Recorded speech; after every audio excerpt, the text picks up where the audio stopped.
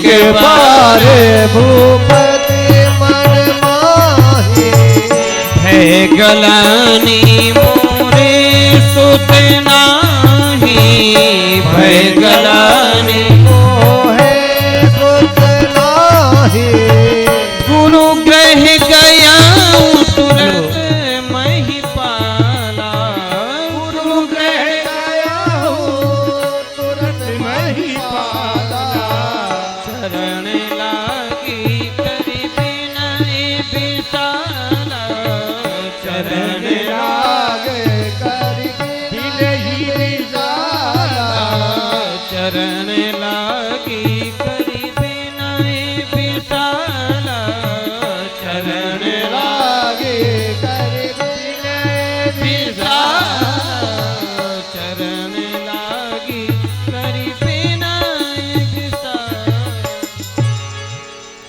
आज उनका चौथा पन आ गया है और कोई भी पुत्र की प्राप्ति नहीं हुई है। आज उन्हें गिलानी हो गई कि कोई भी पुत्र नहीं हुआ है। संतों के अलग अलग भाव आते हैं कि गिलानी कब हुई।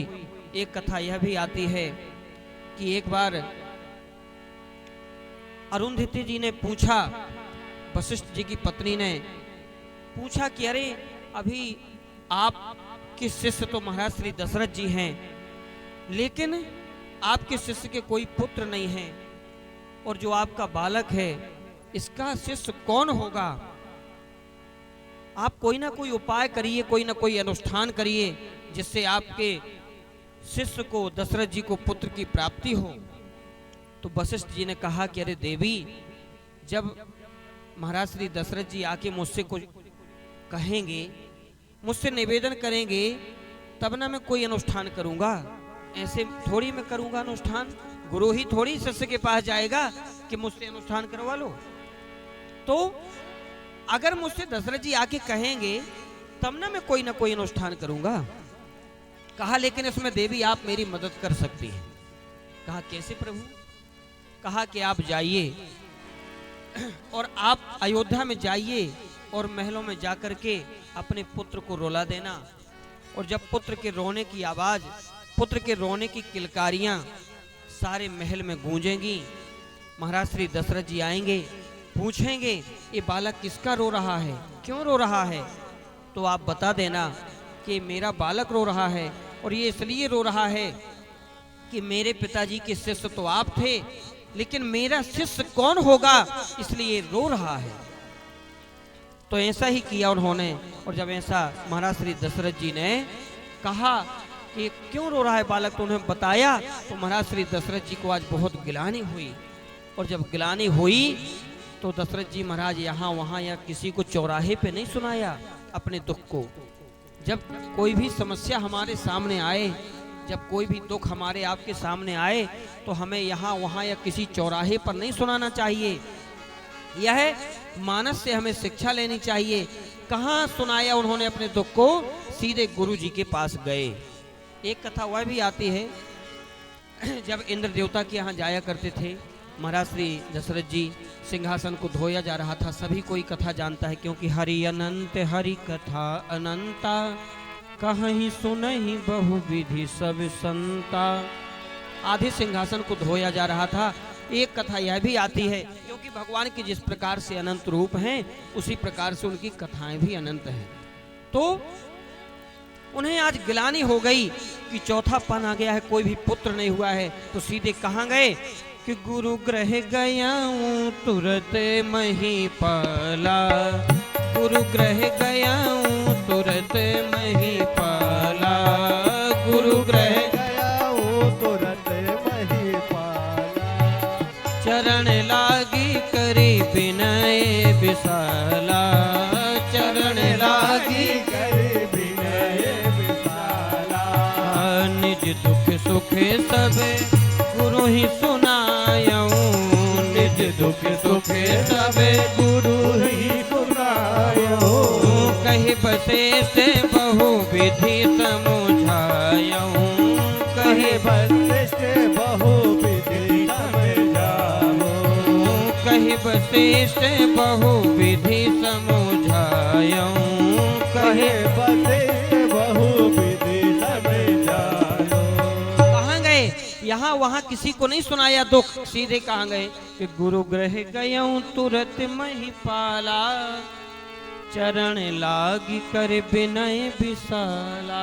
सीधे गुरु जी के पास गए और साष्टांग प्रणाम किया, समर्पण कर दिया गुरु जी के चरणों में, हाथ जोड़ के सामने खड़े हो गए। गुरु ग्रह गयऊं तुरत महिपाला, चरण लागी कर विनय विशाला, निज दुख सुख सब गुरु ही सुनायूं। अपना सारा सुख और दुख अपने गुरु जी को सुना दिया। अगर हम किसी को अपना दुख सुनाएंगे ना, किसी मित्र को या किसी चौराहे पर, तो बाद में वो हमारी खिल्लियां उड़ाएंगे, हंसी उड़ाएंगे, इतने परेशान हैं। लेकिन हमें सीधे किसके पास सुनाना चाहिए? गुरु को सुनाना चाहिए। अपना सुख और दुख जो भी हमारे पास समस्या है, हमें सीधे अपने गुरु जी से बतानी चाहिए।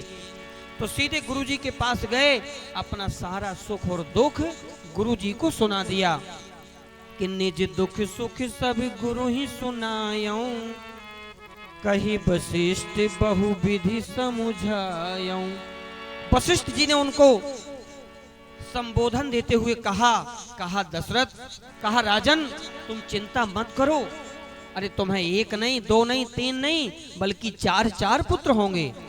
कह कि धरहूं धीरे हुई है सुत चारी, धरहूं धीरे हुई है सुत चारी, भुवन विदित भगति भयहारी, त्रिभुवन विदित भगति भयहारी, धरहूं धीरे हुई है सुत चारी, धरहूं धीरे हुई है सुत चारी, धरहूं धीरे हुई है सुत चारी।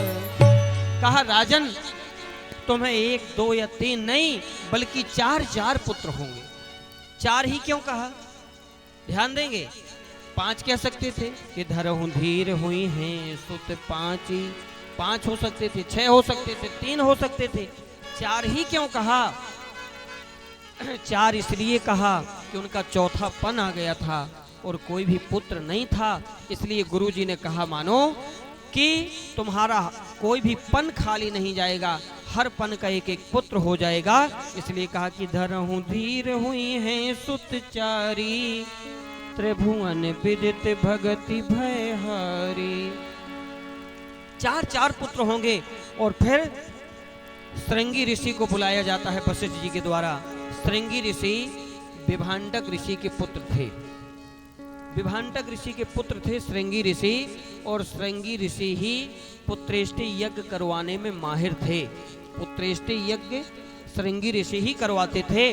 और तब श्रृंगी ऋषि को बुलाया जाता है कि श्रृंगी ऋषि ही वशिष्ठ बुलावा, श्रृंगी ऋषि ही वशिष्ठ बुलावा, पुत्र काम शुभ जग करावा, पुत्र काम शुभ जग करावा, भगति सहित मुनि आहुति दीन है, भगति सहित मुनि आहुति दीने, प्रकटे अग्नि चरु कर लीन है, प्रकटे अग्नि चरु कर लीने, प्रकटे अग्नि चरु कर लीन है, प्रकटे अग्नि चरु कर लीने। और श्रृंगी ऋषि को बुलाया जाता है। श्रृंगी ऋषि के द्वारा पुत्रेष्टि यज्ञ संपन्न होता है। और जब भक्ति भाव के साथ आहुतियां दी जाती हैं तो अग्निदेव प्रकट हो जाते हैं। अग्निदेव प्रकट हो जाते हैं खीर का पात्र लेकर के, और कहा, यह हबी बांट देहु नृप जाई, जथा जोग जही भाग बनाई। कि है खीर समस्त रानियों को विभक्त करके बांट दीजिए, जिससे समस्त रानियां गर्भवती होगी, जिससे आपको पुत्र की प्राप्ति होगी। और फिर अर्ध भाग कौशल्य ही दीन्हा, उभय भाग आधे कर कीन्हा। आधे भाग को कौशल्या जी को दिया जाता है, फिर उसका आधा किया जाता है फिर उसको कैकेयी मैया को दिया जाता है। फिर उसका आधा आधा करके और कौशल्या और कैकेयी मैया को दे करके दोनों माताएं सुमित्रा जी को देती हैं। कौशल्या कैकेयी हाथ धरी, दीन सुमित्रा ही मन प्रसन्न करी। इसलिए उनको दो दो पुत्रों की प्राप्ति होती है। और सुमित्रा मैया वहीं प्रतिज्ञा करती हैं कि यदि मेरे दो पुत्र होंगे तो मैं एक कौशल्या दीदी के पुत्र के चरणों की सेवा में अपने पुत्र को लगा दूंगी और एक पुत्र को मैं कैकेयी मैया के पुत्र के चरणों की सेवा में लगा दूंगी। तो अनेक कथाएं हैं, अनेक भाव हैं। तो इस प्रकार से समस्त रानियां गर्भवती होती हैं। जब समस्त रानियां गर्भवती थीं, वशिष्ठ जी महाराज ने महाराज दशरथ जी से पूछा, कहा कि राजन आप समस्त रानियों की इच्छाओं को पूछिए कि उनकी इच्छा क्या है, क्योंकि जब माताएं गर्भवती होती हैं तो उनकी इच्छा को पूरा करना चाहिए। और जब माताएं चाहें, ध्यान दें कि माताएं चाहें तो अपने पुत्र को श्री राम बना दे सकती हैं और माताएं चाहें तो अपने पुत्र को रावण बना सकती हैं। क्यों? क्योंकि जब माताएं गर्भवती होती हैं तब जैसा हाव भाव माताओं का रहता है, जैसे चित्र देखती हैं, जैसी पुस्तकें पढ़ती हैं, जैसा विचार मन में आता है, उसी प्रकार से उनके पुत्र के ऊपर भी असर पड़ता है। इसलिए जब भी गर्भवती हों तो हमें अच्छे अच्छे चित्र भगवान राम राजा सरकार के दर्शन करने चाहिए, रामचरितमानस का पाठ करना चाहिए, अच्छे अच्छे मन में विचार लाने चाहिए, तो अच्छे पुत्र की प्राप्ति होगी। तो माताएं चाहें तो श्री राम बना दें और माताएं चाहें तो रावण, जैसे भी इच्छा होगी वैसे पुत्र के ऊपर असर पड़ेगा। तो उन्होंने पूछा, राजन आप अपनी अपनी समस्त रानियों की इच्छा को पूछिए कि उनकी इच्छा क्या है। कौशल्या मैया से पूछा महाराज श्री दशरथ जी ने कि देवी आपकी इच्छा क्या है। उन्होंने कहा, महाराज मेरी इच्छा तो एकांत में भगवान का भजन करने की हो रही है, केवल भगवान का भजन करने की इच्छा हो रही है। कैकेयी मैया से, सुमित्रा मैया से पूछा, उन्होंने कहा हम लोगों की इच्छा तो कौशल्या मैया के चरण कमलों की सेवा करने की हो रही है, चरणों की सेवा करने की हो रही है। बताया, कहा कि अरे ये तो अद्भुत संकेत हैं, बहुत ही प्रतिभाशाली बालक समस्त रानियों के गर्भ में पल रहे हैं। और समस्त रानियां जब अपने अपने प्रसूति गृह में थीं, समस्त रानियां अपने अपने प्रसूति गृह में थीं, उसी समय भगवान का प्राकट्य हो जाता है कि भय प्रकट कृपाला दीन दयाला कौशल्या हितकारी। भय प्रकट कृपाला दीन दयाला कौशल्या हितकारी। हर्षित महतारी मुनि मनहारी अद्भुत रूप विचारी। हर्षित महतारी मुनि मनहारी अद्भुत रूप विचारी। लोचन अभिरामा तन घन श्यामा निज आयुध भुज चारी। लोचन अभिरामा तनु घन श्यामा निज आयुध भुज चारी। भूषण बनमाला नयन विशाला शोभा सिंधु खरारी। भूषण बनमाला नयन विशाला शोभा सिंधु खरारी। उसी समय भगवान का प्राकट्य हो जाता है। माता जी आश्चर्यचकित हो जाती हैं। भगवान ने पूछा कौशल्या मैया से कि मैया आपने मुझे पहचाना नहीं क्या? कहा नहीं प्रभु, नहीं पहचाना, बताइए आप कौन हैं? भगवान ने कहा कि अरे मैया मैं तुम्हें तुम्हारे पूर्व जन्म की कथा सुनाता हूँ, इसे ध्यान लगा करके सुनो।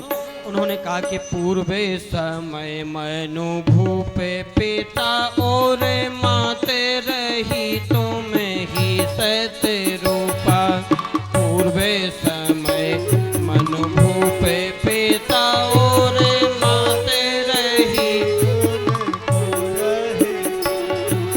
दंपति दंपति जाए के कानन में मम हेत घन्यो तप कीन्हे अनुपा दंपति जाए के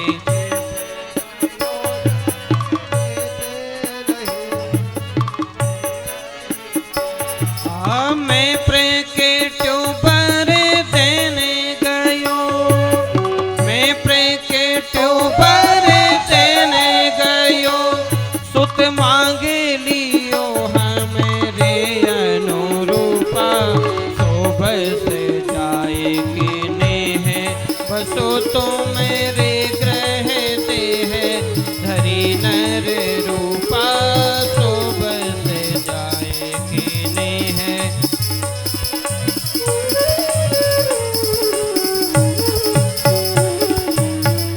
पूर्व समय मनु भूप पिता और मात रही तुम ही शत्रुपा।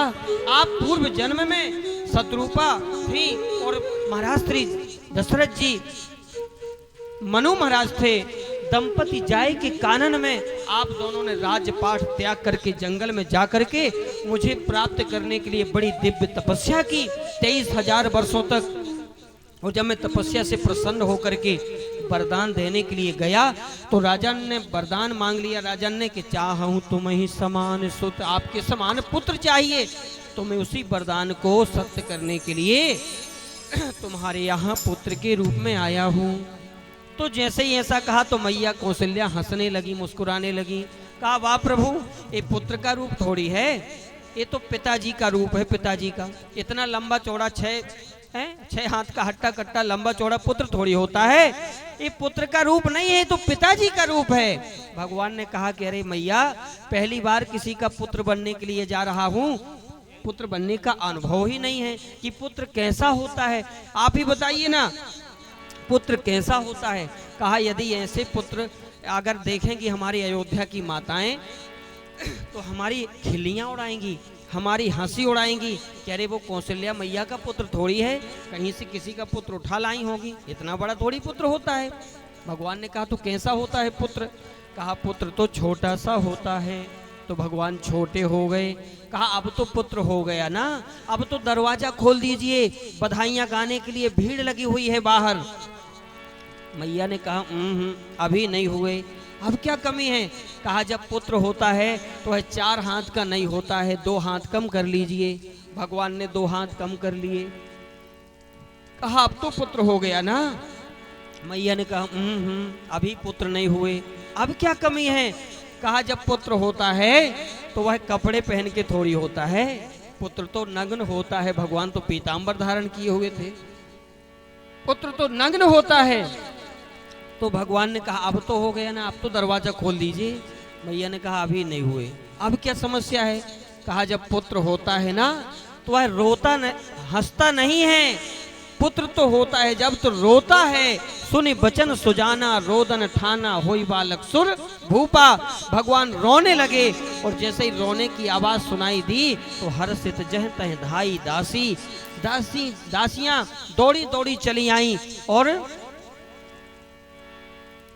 चारों ओर बधाइयां गाई जाने लगी। आइए सभी कोई ताली सेवा करते हुए। प्रकटे हैं राम रघुरैया अवध में बाजे बधैया। प्रकटे हैं राम रघुरैया अवध में बाजे बधैया। प्रकटे हैं राम रघुरैया अवध में बाजे बधैया। प्रकटे हैं राम रघुरैया अवध में बाजे बधैया।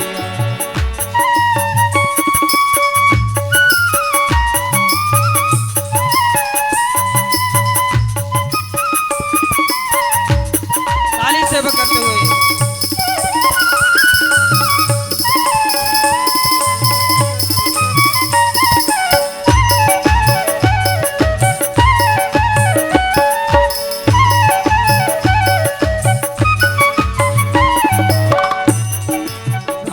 रघुरैया अवध में बाजे बधैया। बाजे बधैया हाँ बाजे बधैया।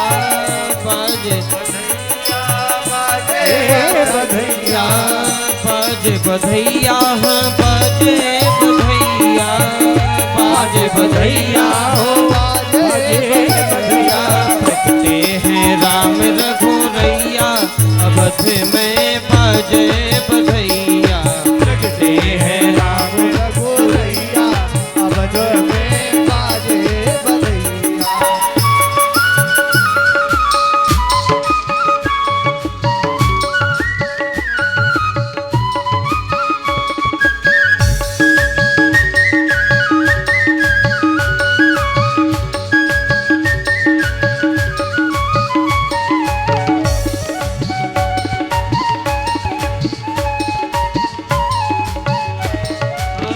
कौन लुटावे हीरा मोती कौन लुटावे हीरा मोती कौन लुटावे हीरा मोती कौन लुटावे हीरा मोती कौन लुटावे रुपैया अवध में बाजे बधैया कौन लुटावे रुपैया अवध में बाजे बधैया। प्रगटे हैं राम रघुरैया अवध में बाजे बधैया प्रगटे हैं राम रघुरैया अवधों में बाजे बधैया। जय हो।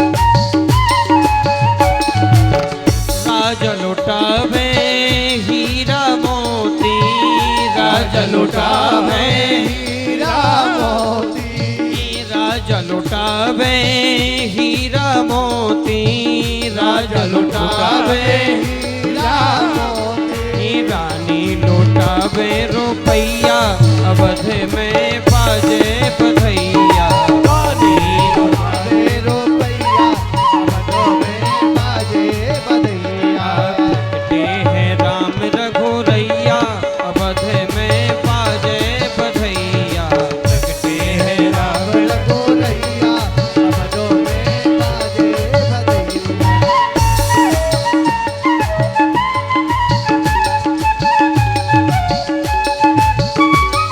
जय हो।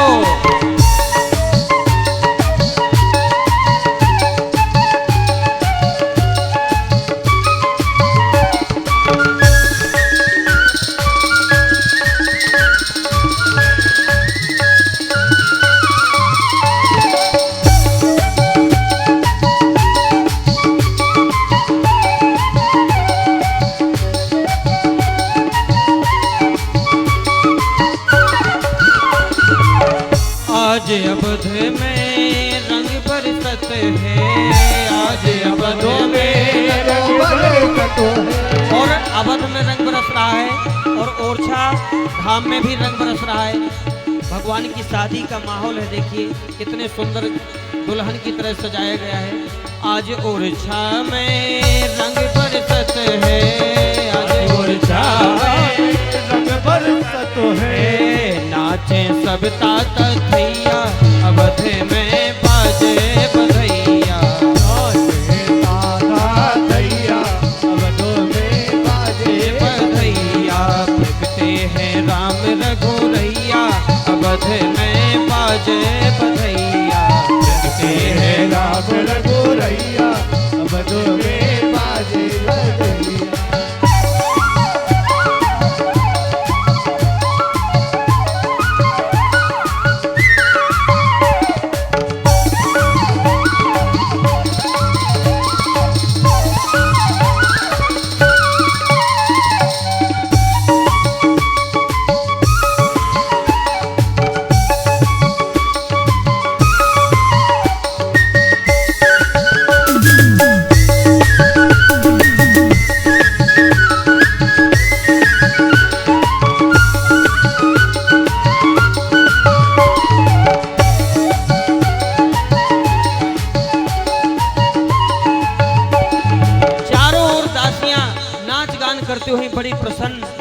हैं, क्योंकि चौथे पन में महाराज श्री दशरथ जी के लाला का जन्म हुआ है।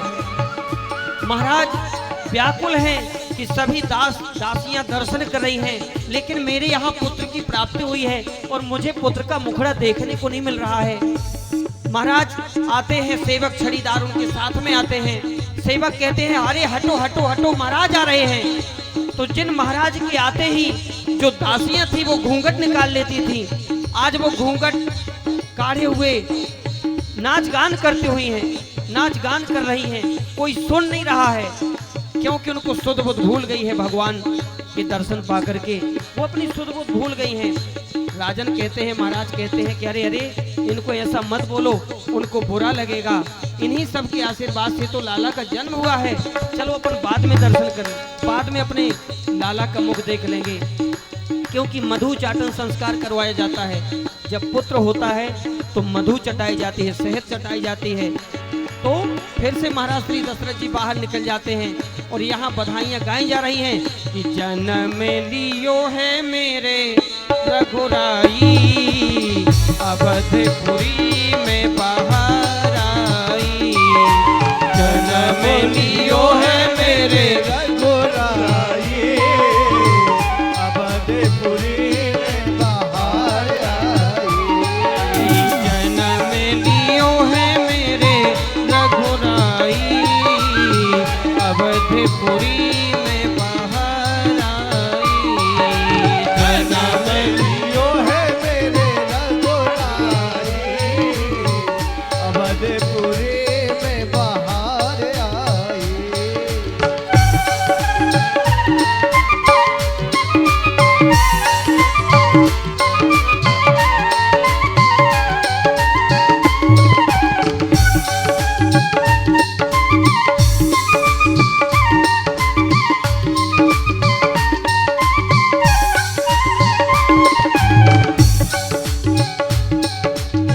मात कौशल्या बड़ भागी, मात कौशल्या बड़ भागी, मात कौशल्या बड़ भागी, मात कौशल्या बड़ भागी। यहाँ सुमित्रा जी की किस्मत जागी, सुमित्रा जी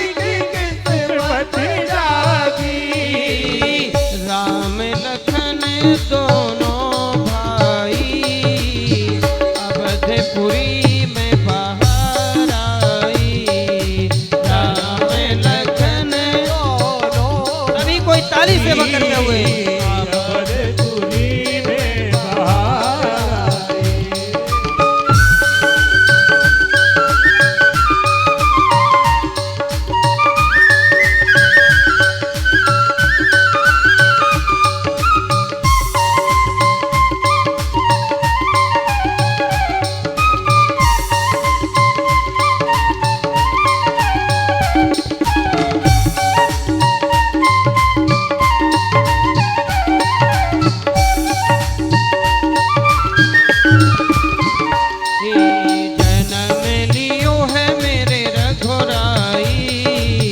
अवधपुरी में बाहर आई।